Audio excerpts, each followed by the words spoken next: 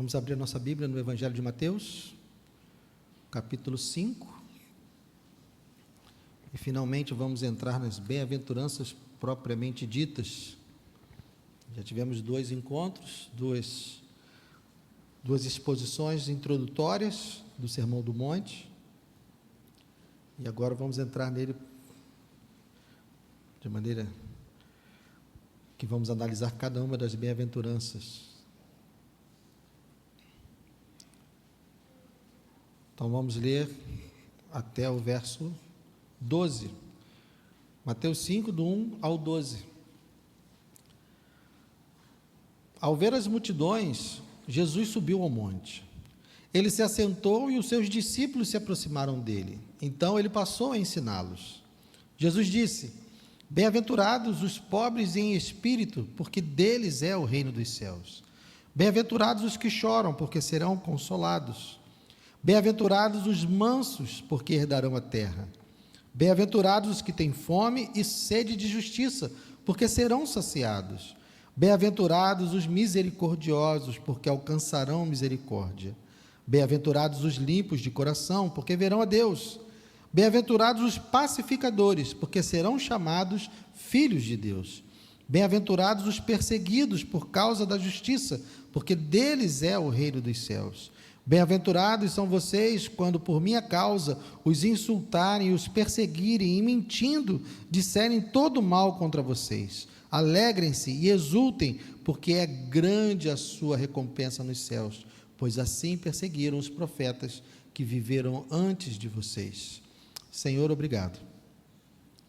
Obrigado, Deus, pela tua palavra. Mais uma vez te peço, ó Deus, te imploro que o Senhor fale conosco nessa noite, apesar de mim.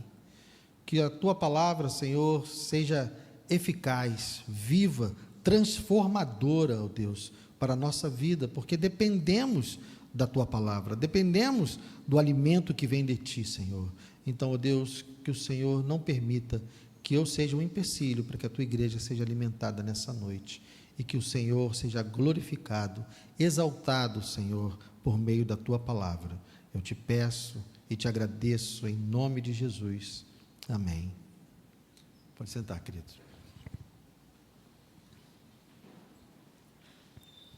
Como nós vimos nas 2 reuniões anteriores, as bem-aventuranças, elas não estão colocadas no início do Sermão do Monte por acaso.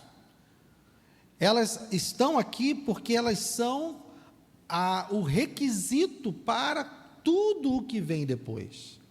Porque aqui nós temos apresentados pelo Senhor Jesus as características do caráter do discípulo de Cristo.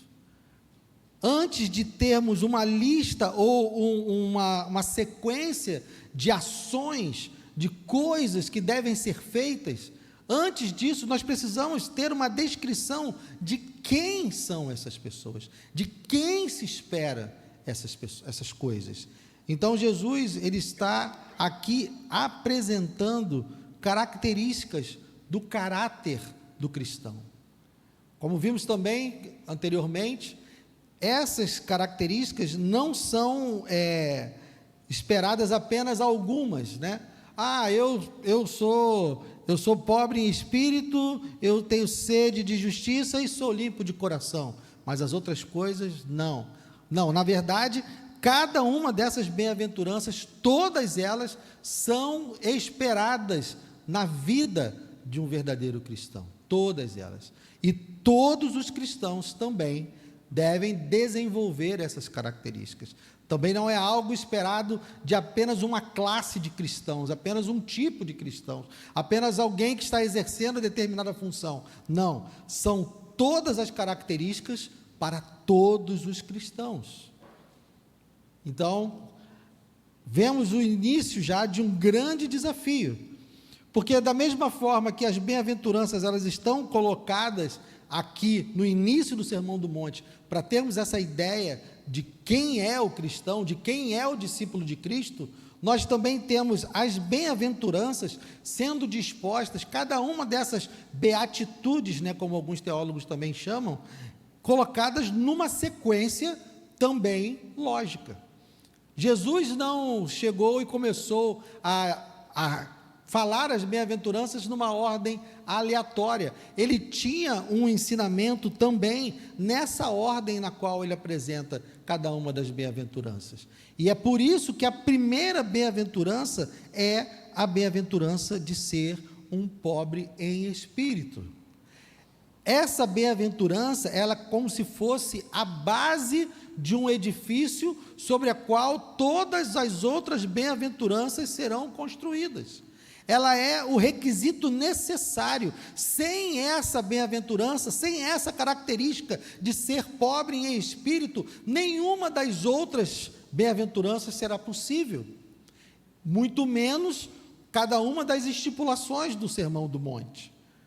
Então é necessária essa primeira, e além dela ser a base do edifício, é também dela que derivam todas as outras.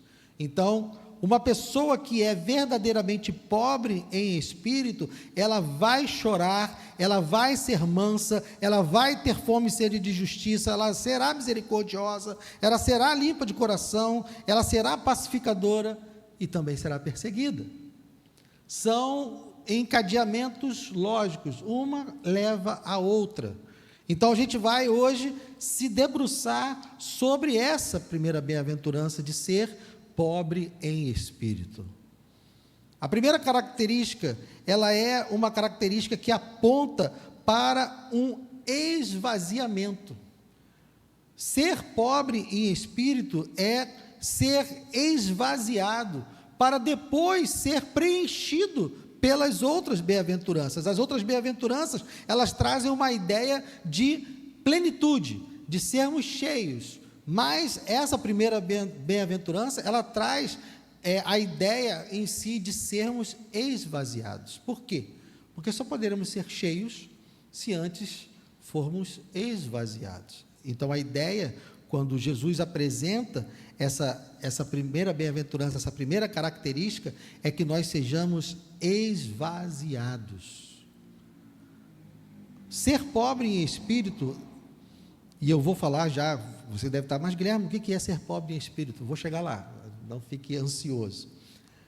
Mas essa característica, ela joga por terra também, por ser a primeira bem-aventurança, ela joga por terra algo que eu já falei nas outras vezes que nós estávamos falando sobre o Sermão do Monte, a ideia de que o Sermão do Monte é uma lista de tarefas nas quais nós devemos simplesmente, como pessoas naturais, cumprir.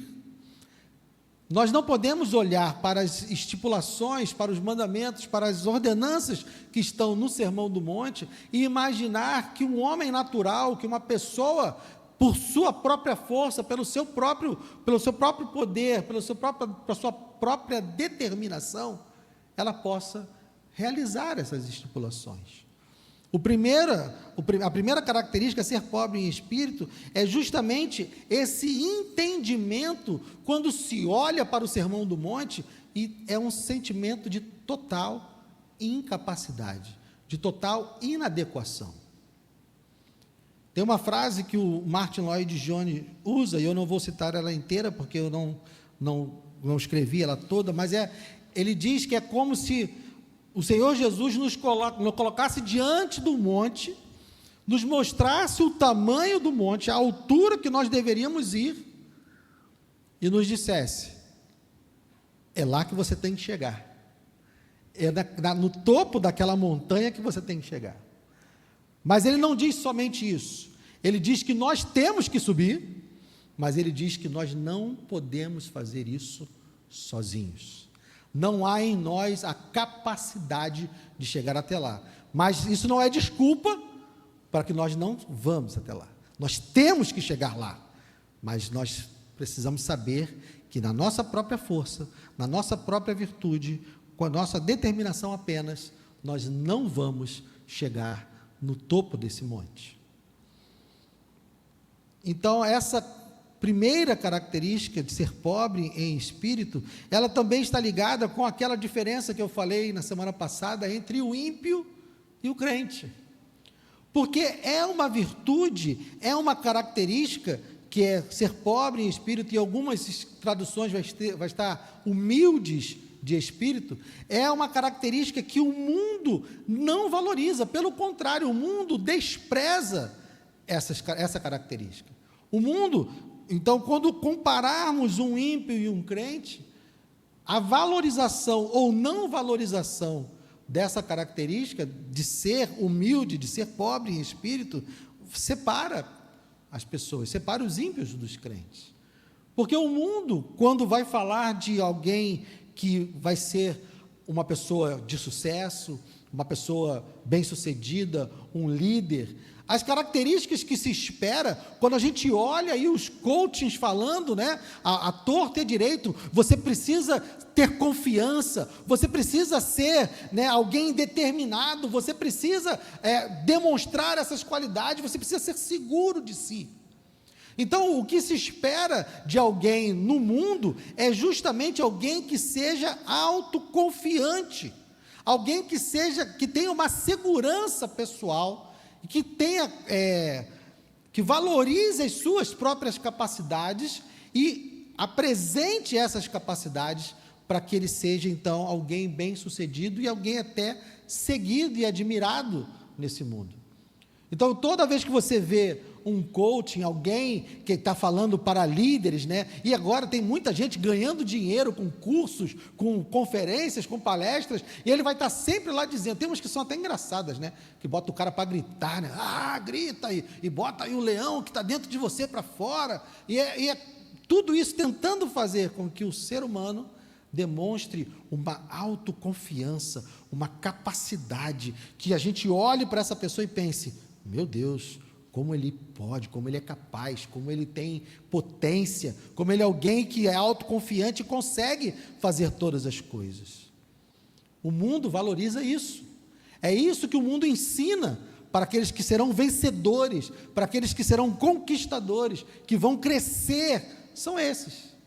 E isso é totalmente o oposto daquilo que o Senhor está dizendo para nós, da primeira característica que Ele quer que nós tenhamos, que é justamente nós termos uma total consciência da nossa incapacidade. Infelizmente, até mesmo dentro da igreja, essa visão dos coaches tem entrado.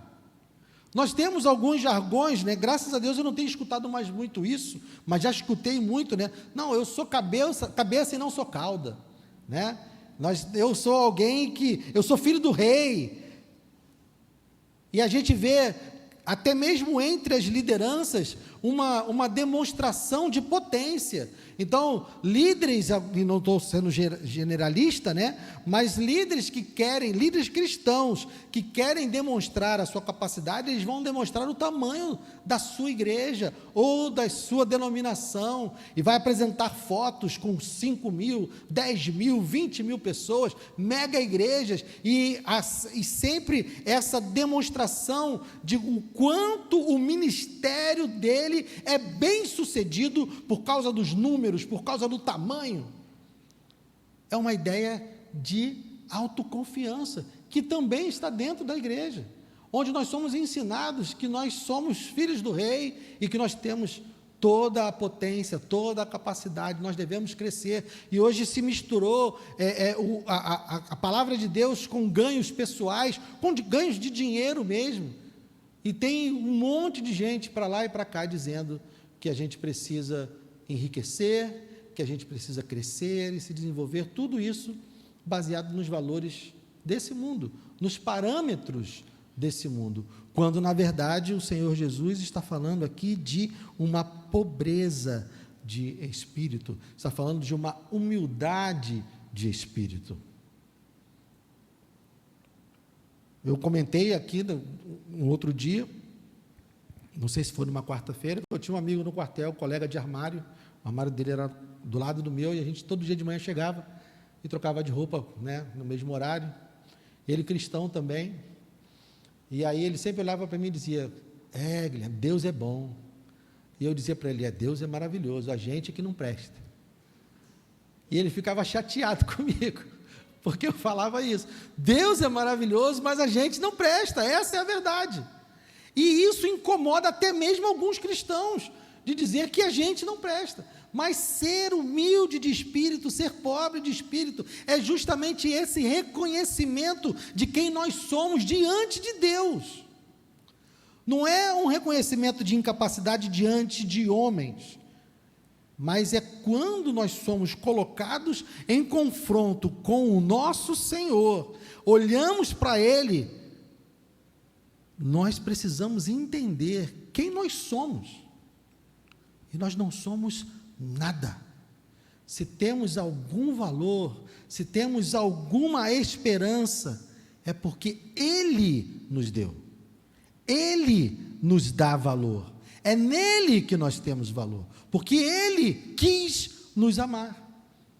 Se Ele tivesse sido simplesmente justo, nós estaríamos mortos, totalmente destruídos. Então é por causa da graça, é por causa do amor, é por causa dele que nós podemos dizer que somos filhos de Deus, que somos, adotados por Ele, mas valor nosso mesmo, intrínseco, há algum valor, alguma virtude que seja nossa? Não há. Nós somos como se fôssemos uma carne estragada, vencida no balcão do supermercado. E Deus olhou, foi lá no balcão e disse assim: eu quero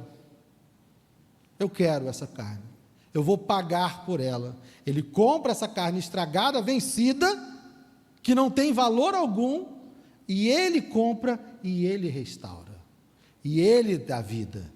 Então, se Ele não tivesse agido, não teríamos valor algum.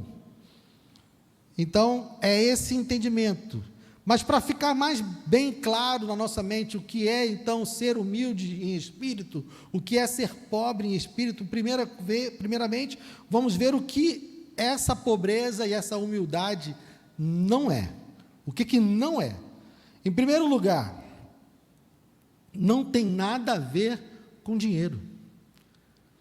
Existem alguns que gostam de pegar essa tradução, a nossa fala de pobres, as outras falam de humildes, mas há aqueles que querem insistir que aqui Jesus está falando de pobreza material.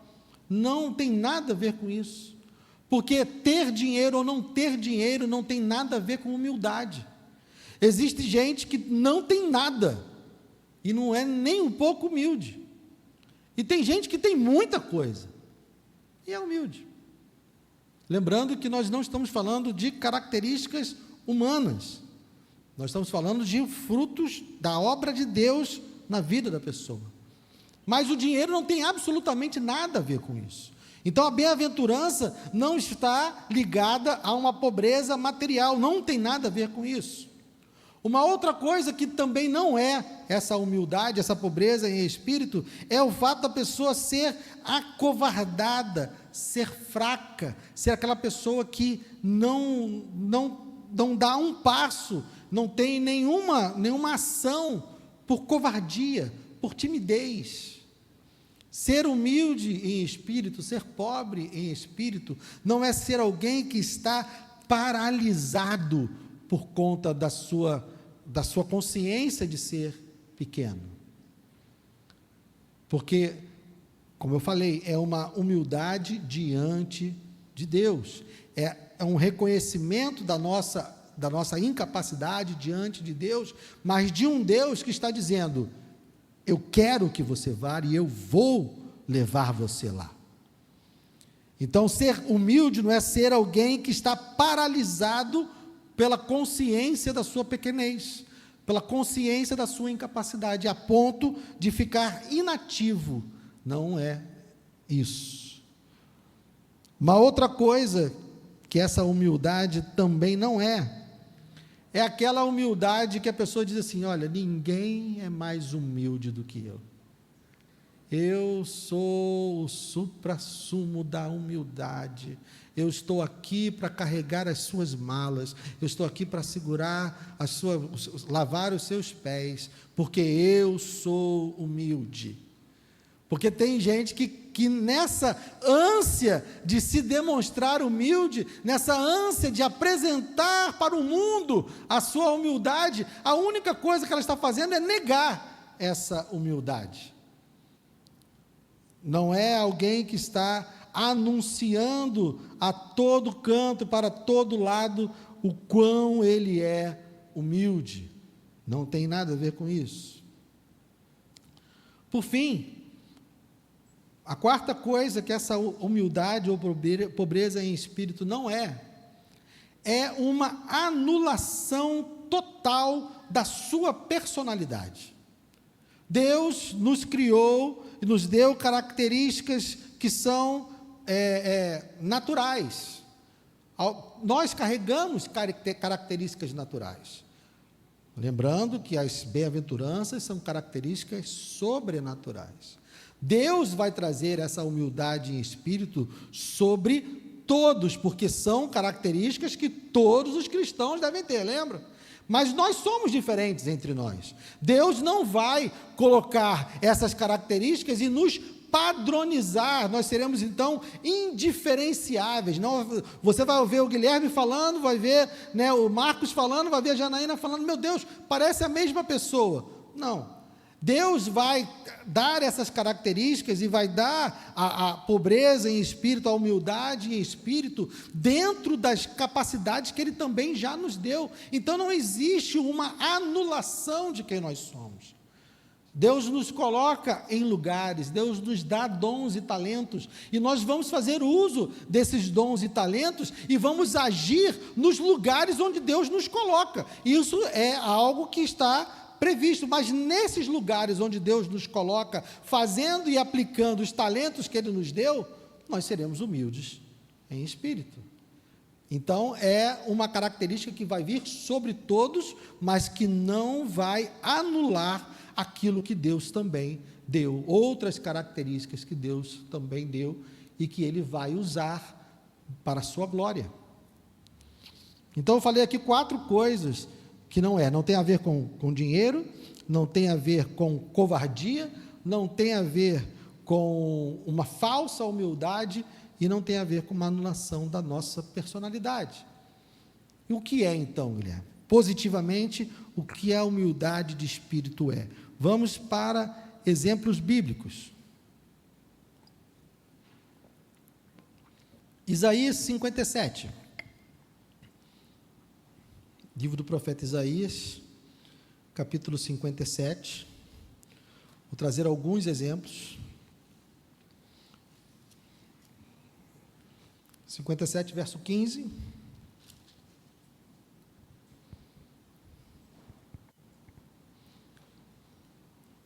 Olha o que Deus declara, Isaías 57, verso 15.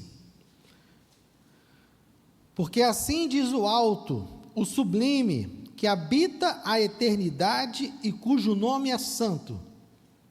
Habito no alto e santo lugar, mas habito também com o contrito e abatido de espírito, para vivificar o espírito dos abatidos e vivificar o coração dos contritos. Então, a humildade, o humilde de espírito, essa pobreza em espírito tem a ver com nós sermos alguém abatido, com sermos alguém que tem uma consciência dessa nossa pequenez, nós estarmos contritos. Então, exemplos práticos. Gideão, Juízes capítulo 6, vamos lá. Gideão, exemplos do Antigo Testamento. Gideão era alguém pobre em espírito, era alguém humilde em espírito. Israel estava sendo oprimido pelos midianitas, num dos ciclos de opressão que há no livro de Juízes, e então Deus levanta Gideão para libertar o povo, porque o povo se volta para o Senhor, pede socorro, e Deus então levanta Gideão. Juízes capítulo 6, versos 12 a 16. Então Gideão, como é que ele responde, né? Vamos lá, 12. Então o anjo do Senhor lhe apareceu e lhe disse para Gideão: o Senhor está com você, homem valente. Aí Gideão: ah, meu Senhor, se o Senhor é Deus, está conosco, por que nos aconteceu tudo isso? E onde estão todas as suas maravilhas que os nossos pais nos contaram? Eles disseram: o Senhor nos tirou do Egito, porém agora o Senhor nos abandonou e nos entregou nas mãos dos midianitas. Então o Senhor se virou para Gideão e disse: vá nessa força que você tem e livre Israel das mãos dos midianitas. Não é verdade que eu estou enviando você? Gideão respondeu: ah, meu senhor, como livrarei Israel? Eis que a minha família é a mais pobre em Manassés, e eu sou o menor na casa de meu pai. Mas o Senhor disse: já que eu estou ao seu lado, você derrotará os midianitas, como se fossem um só homem.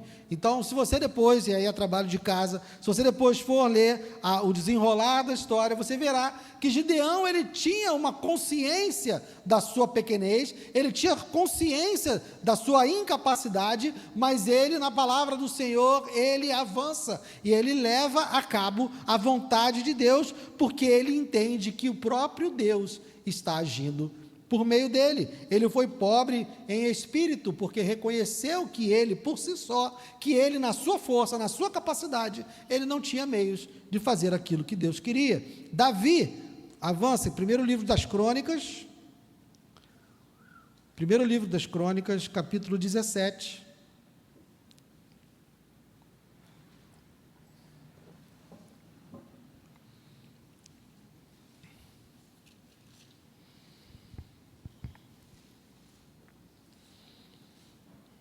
Primeiro livro das Crônicas, capítulo 17, verso 16. Aqui Davi está respondendo e orando, agradecendo a Deus pela aliança que ele faz, pelas promessas que Deus faz a Davi, uma promessa de um trono eterno, de uma descendência eterna, de que o trono jamais se apartaria da sua descendência. Então ele, diante das promessas de Deus, de tudo que Deus prometeu a ele, de tudo que Deus já tinha feito na vida dele, Davi então declara no verso 16: então o rei Davi se pôs diante do Senhor e disse: quem sou eu, Senhor Deus, e qual é a minha casa, para que me tenhas trazido até aqui? E como se isso fosse pouco aos teus olhos, ó Deus, também falaste a respeito da casa de teu servo, para tempos distantes, e me trataste como se eu fosse um homem ilustre, ó Deus. Que mais ainda te poderia dizer, Davi, a respeito das honras feitas a teu servo? Pois tu conheces bem o teu servo. Davi sabia quem ele era. Davi sabia que ele diante de Deus não era ninguém. Sabia que ele por si não tinha capacidade. Ele reconhece que é o próprio Deus que levou ele até aquele lugar, e é o próprio Deus que vai dar a ele todas as promessas que foram feitas. Davi é alguém pobre em espírito, humilde em espírito, porque diante de Deus ele sabe quem ele é, ele sabe qual é o seu lugar, e sabe que foi Deus que realizou todas essas coisas na vida dele. Por fim, o último exemplo do Antigo Testamento, o próprio Isaías, capítulo 6, livro de Isaías, profeta Isaías, capítulo 6. Isaías tem a visão do trono de Deus. Isaías vê a beleza, a majestade do Senhor, e tem uma reação.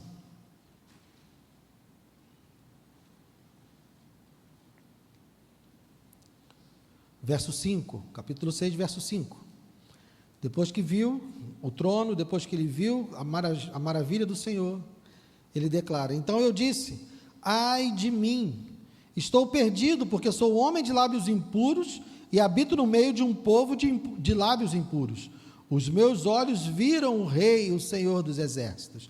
Então um dos serafins voou para mim, trazendo na mão uma brasa viva que havia tirado do altar com uma pinça. Com a brasa tocou a minha boca e disse: eis que esta brasa tocou os seus lábios, a sua iniquidade foi tirada e o seu pecado perdoado.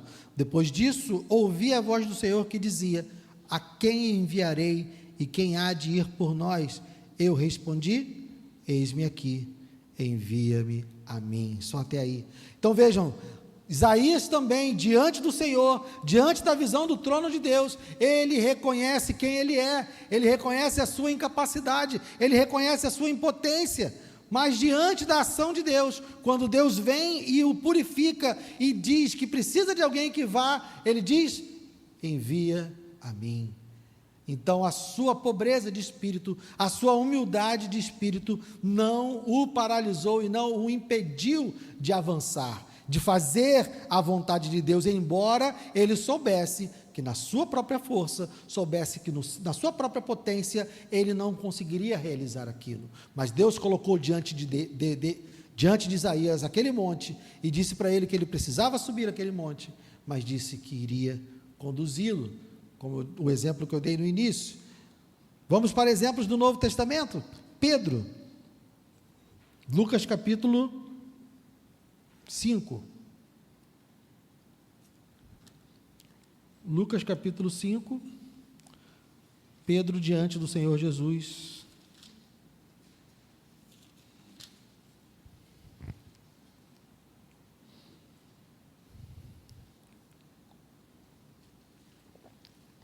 No verso 8, depois de ver a pesca maravilhosa, lançando as redes sobre o comando de Jesus, eles tinham voltado de uma noite inteira sem conseguir nenhum peixe, e debaixo da autoridade da palavra de Cristo, eles lançam a rede novamente e fazem uma pesca inacreditável. Então, ele se volta para Jesus no verso 8, vendo isso, Simão Pedro prostrou-se aos pés de Jesus, dizendo: Senhor, afaste-se de mim, porque sou pecador. Pois à vista da pesca que fizeram, a admiração se apoderou dele, e todos os seus companheiros, bem como de Tiago e João, filhos de Zebedeu, que eram seus sócios. Então Jesus disse a Simão: não tenha medo, de agora em diante você será pescador de gente. E arrastando eles os barcos para a praia, deixando tudo, o seguiram. Percebam o quanto Pedro se reconhece incapaz, quando ele reconhece em Jesus o Messias, quando ele reconhece em Jesus o próprio Filho de Deus, ele se ajoelha e diz: Senhor, afasta-se de mim, porque eu sou pecador. Uma consciência de quem ele era diante de Deus, uma consciência da sua incapacidade diante de Deus, mas diante do mandamento do Senhor, diante do chamado de Deus, que diz: não tenha medo, de agora em diante você será pescador de gente. Ele deixa tudo e segue o Senhor. A sua pobreza de espírito, a sua humildade de espírito não o paralisa e faz com que ele avance fazendo a vontade de Deus. Apóstolo Paulo, Filipenses capítulo 3, avança, carta de Paulo aos Filipenses,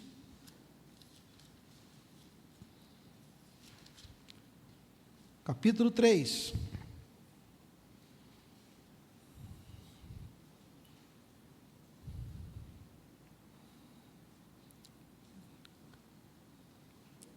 capítulo 3, versos 4 a 7.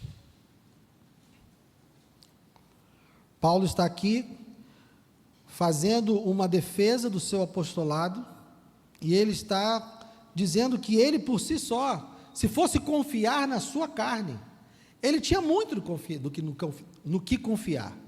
Paulo era ciente das suas qualidades nessa terra, ele conhecia o seu preparo, mas veja o que ele diz: é verdade, a partir do verso 4, é verdade que eu também poderia confiar na carne. Se alguém pensa que pode confiar na carne, eu ainda mais. Fui circuncidado no 8º dia, sou da linhagem de Israel, da tribo de Benjamim, hebreu de hebreus. Quanto à lei, eu era fariseu. Quanto ao zelo, perseguidor da igreja. Quanto à justiça que há na lei, irrepreensível. Mas veja agora o verso 7, mas o que para mim era lucro, isso considerei perda por causa de Cristo. Jesus confronta Paulo lá na estrada de Damasco, lá no livro de Atos, e Paulo enxerga, ele vê o Messias, ele vê o Filho de Deus, e ele entende que todas essas qualidades, ele entende que todo esse preparo que ele tinha, comparado com o Senhor, era nada, era refúgio, era lixo, porque ele não tinha como confiar em si próprio, mesmo tendo consciência do seu preparo, mesmo tendo consciência da sua história. Quando ele se depara com o Senhor, quando ele se depara diante do Filho de Deus, ele reconhece que ele é nada e precisa do Senhor para realizar todas as coisas. É somente nele, é somente no poder dele. E vamos para o exemplo superior, para o exemplo sublime, o próprio Senhor Jesus. Romanos, capítulo 8.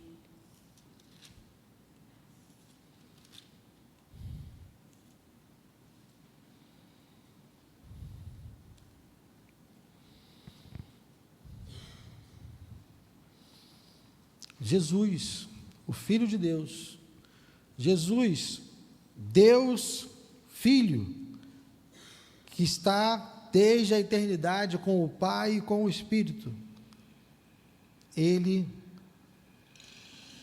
se submete por causa da vontade do Pai. Verso 3, capítulo 8, verso 3. Porque aquilo que a lei não podia fazer por causa da fraqueza da carne, isso Deus fez, enviando quem? O seu próprio Filho. Como? Em semelhança de carne pecaminosa e no que diz respeito ao pecado. E assim Deus condenou o pecado na carne. Vejam, Jesus sendo Filho de Deus, Jesus sendo Deus, ele se submete, ele diante da vontade do Pai, ele se submete à vontade do Pai, ele sendo igual ao Pai, ele sendo Deus como o Pai, ele se submete à vontade de Deus para realizar a sua e a minha salvação. De novo, Filipenses, Paulo traz uma figura maravilhosa, volte lá em Filipenses capítulo 2,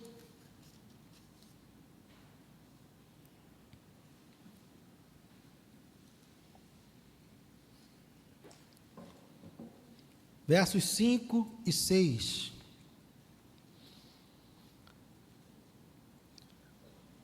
Filipenses 2, 5 e 6.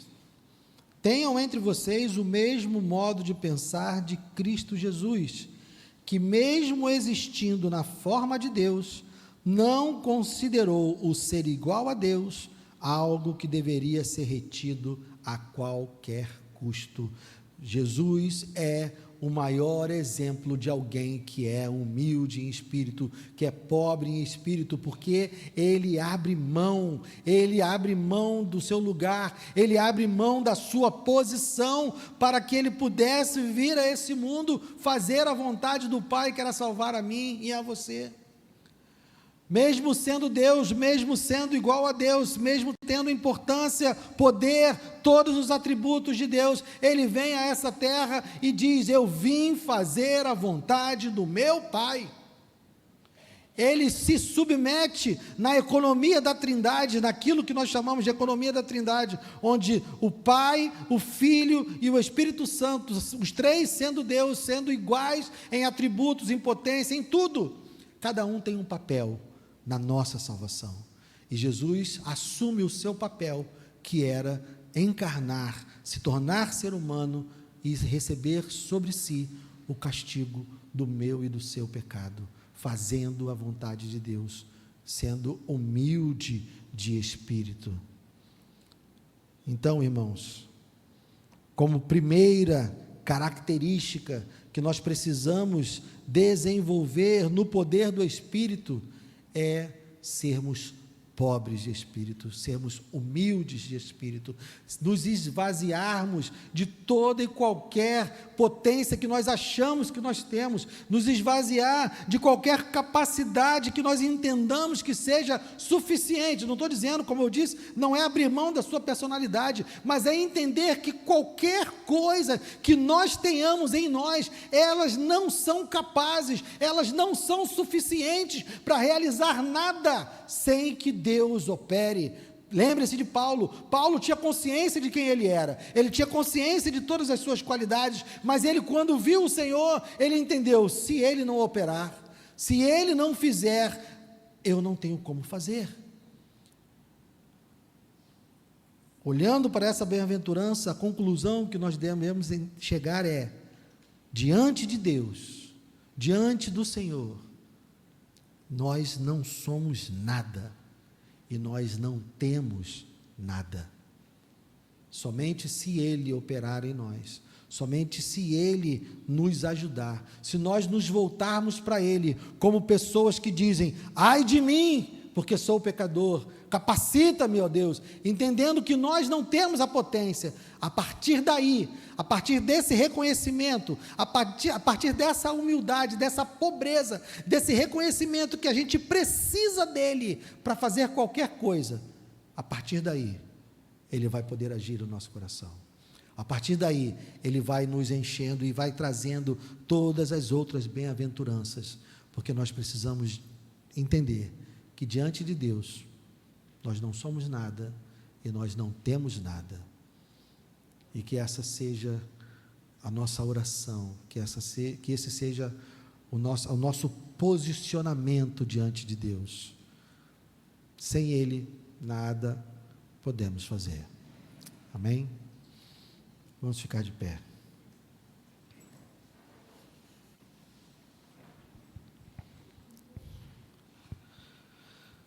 Senhor,